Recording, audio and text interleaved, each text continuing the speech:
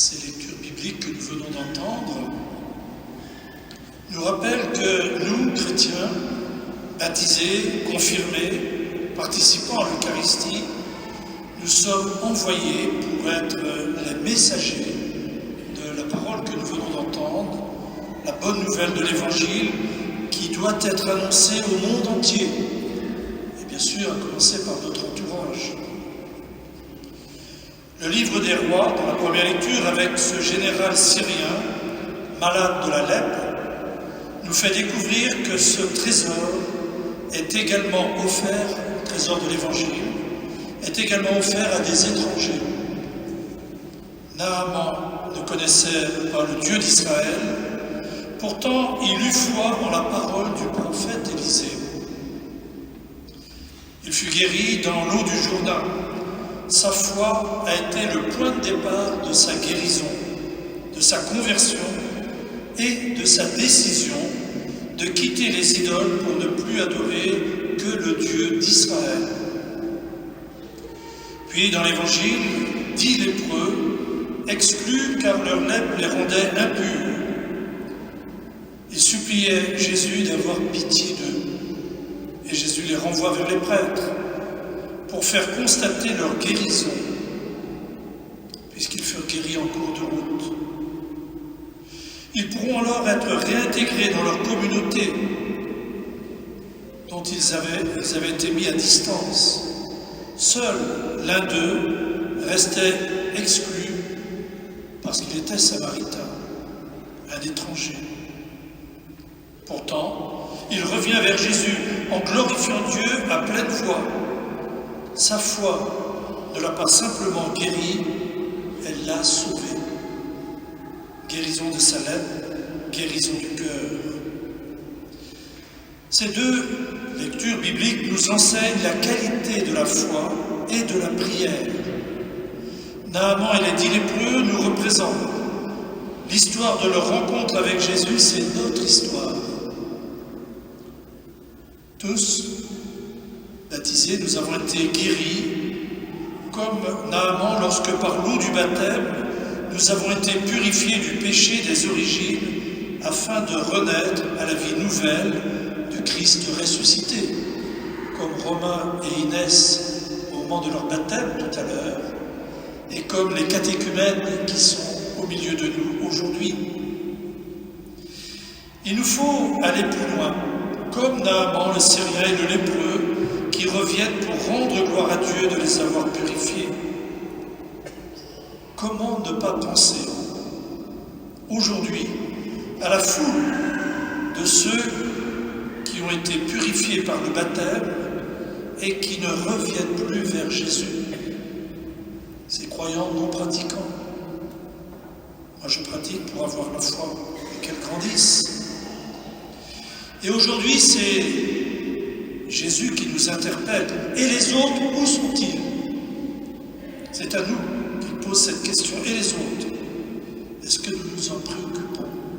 Est-ce que nous les portons dans notre prière?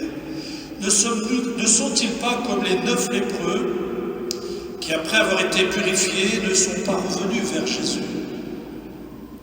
Beaucoup n'ont pas compris, beaucoup de nos contemporains n'ont pas compris que par le baptême dans l'eau et l'Esprit Saint, ils sont nés à une vie nouvelle, la vie nouvelle de Christ ressuscité au matin de Pâques.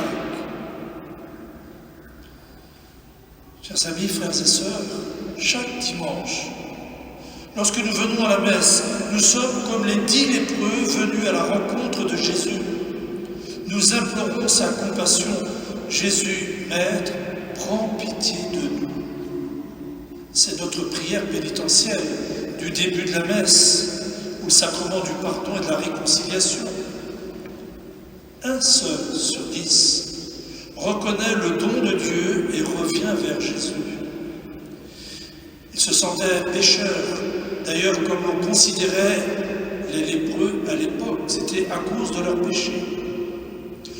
Disait-on, glorifiant Dieu à pleine voix, le lépreux samaritain exprime sa reconnaissance, réalisant une authentique conversion, une guérison intérieure, une guérison du cœur.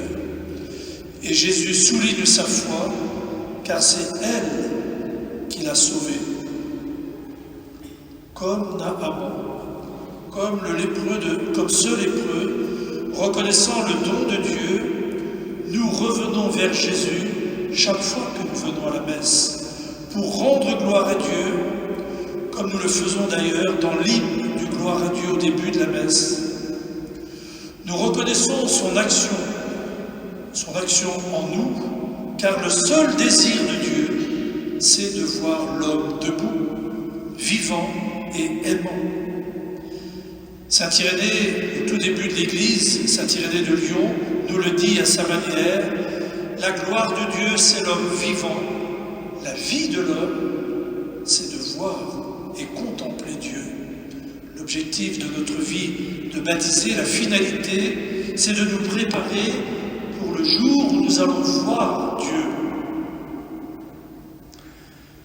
Les textes de la Bible non seulement nous rappellent que par le baptême nous avons été purifiés de la lèpre du péché originel, mais aussi l'importance de cultiver notre vie intérieure et sacramentelle par la lecture des évangiles, bien sûr, de la parole de Dieu et autres lectures, en suppliant le Seigneur, prends pitié de moi, prends pitié de nous. Nous voyons dans cet évangile que la mesure des miracles que Jésus accomplit est justement à la mesure de la foi, de notre foi et de notre confiance en Dieu. Autrement dit, si nous avions une foi plus grande encore, moi comme vous d'ailleurs, alors il y aurait beaucoup plus de miracles. C'est ça que ça veut dire. Comme écrit Saint Jean Chrysostome, un peu de foi peut beaucoup. Un peu de foi peut beaucoup. Alors demandons au Seigneur de faire grandir notre foi. Frères et sœurs, chaque dimanche à la messe, nous rendons grâce à Dieu pour le salut en Jésus-Christ offert à tous et pour tous, même à ceux et celles qui se sentent exclus. Pensons à tous les lépreux de tous les temps et de notre époque en particulier, les personnes qu'on dit anormales, les marginaux, ceux qui dérangent notre vie bien tranquille. La bonne nouvelle de l'Évangile est pour tous. Elle s'adresse aux pauvres, aux petits, aux malades, aux bien portants, ceux et celles qui sont tombés bien bas. Le monde les méprise, mais ils ont la première place dans le cœur de Dieu. Tout l'Évangile nous dit que Jésus est venu chercher et sauver ceux qui étaient perdus. Et il compte sur nous pour leur dire, pour leur annoncer qu'ils sont aimés de Dieu. Tous, nous sommes aimés de Dieu. C'est vers eux que nous sommes envoyés par le prêtre à la fin de la messe pour annoncer l'Évangile comme ce lépreux que Jésus remet debout. Relève-toi et va, ta foi t'a sauvé. La foi nous a sauvés, alors allons annoncer le Christ et l'Évangile. C'est ce qu'avait compris l'apôtre Saint Paul lorsqu'il écrit sa lettre alors qu'il est en prison. On n'enchaîne pas la parole de Dieu.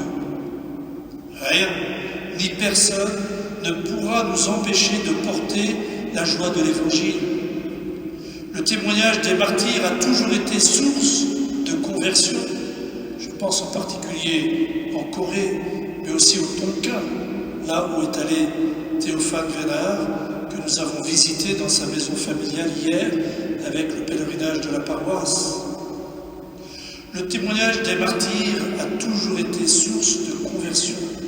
Voyant leur foi courageuse, des étrangers et même des persécuteurs comme Paul se sont convertis avant de devenir des missionnaires zélés pour porter l'Évangile à tous et aux extrémités du monde. L'attitude du lépreux samaritain qui déborde de la joie et de la gratitude nous révèle que la louange et l'action de grâce procurent la guérison véritable. Avec lui, avec eux, réjouissons-nous pour les merveilles que le Seigneur réalise dans le cœur de chacun, car nous sommes envoyés porter la joie de l'Évangile, de la vie et de l'amour. Frères et sœurs, dans ce mois du rosaire, prions la Vierge Marie. Dans son Magnificat, elle rend grâce au Seigneur non seulement pour ce que le Seigneur a fait en elle, mais aussi pour son action dans l'histoire du salut. En célébrant cette Eucharistie, nous nous unissons à cette action de grâce de la Vierge Marie et nous lui demandons de nous aider à rester fidèles à la mission qui nous est confiée.